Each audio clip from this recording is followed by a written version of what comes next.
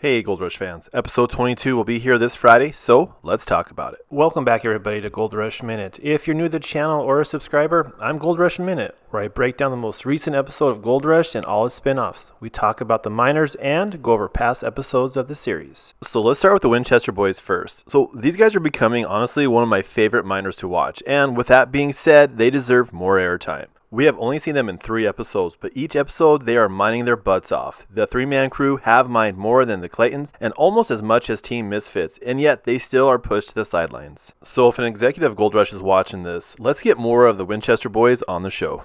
Last week the guys had a disaster. Their cut was flooded, and did Jason complain about it? Yes, but who wouldn't? Did Jason the owner freak out? Did he tell us that his season was over? Or did he go talk to Tony not once but twice and get a new water pump and get back to mining? So this week with the weather changing, the cold will be harder for the guys to get the gold. You know, it's not because of the frozen pay dirt or anything like that. It's going to be because of their equipment. It's untested in the Yukon cold, so I feel their wash plant will have some mechanical issues this episode. So let's talk about the gold now. The guys are sitting at 106 ounces and they need 92 more. My guess is there's probably 2 or 3 more episodes left until the end of the season. But with the amount of gold they've been mining, this should be no issue to achieve 200 and surpass it. This week if they're shown, they'll mine between 55 to 60 ounces of gold. Tony will see the opportunity in these guys if he hasn't already, and he'll offer them a better claim next season.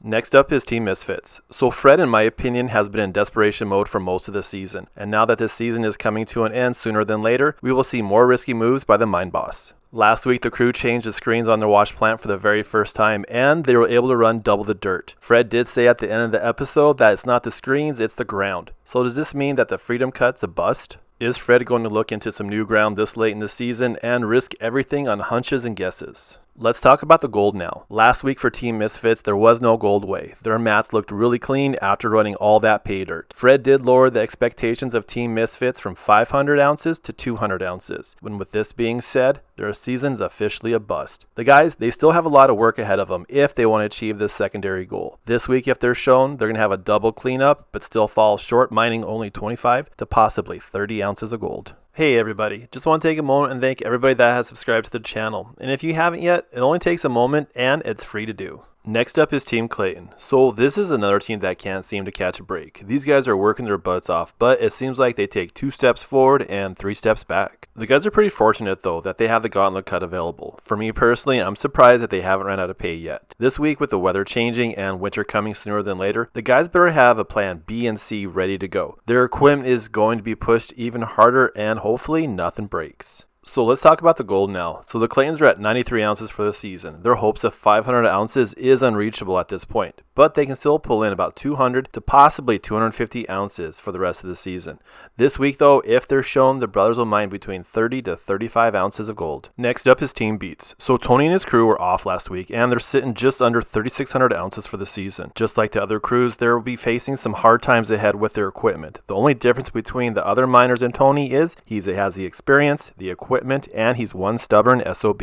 Tony has seen almost everything throughout his 40-year career of mining, and nothing gets him worked up. This week though, frozen ground will plague Team Beats and his monitor will be used to break up the ground. So let's talk about the gold now. The Beats are roughly 1,400 ounces away from their goal, and this week if they're shown, they'll mine between 500 to 550 ounces of gold.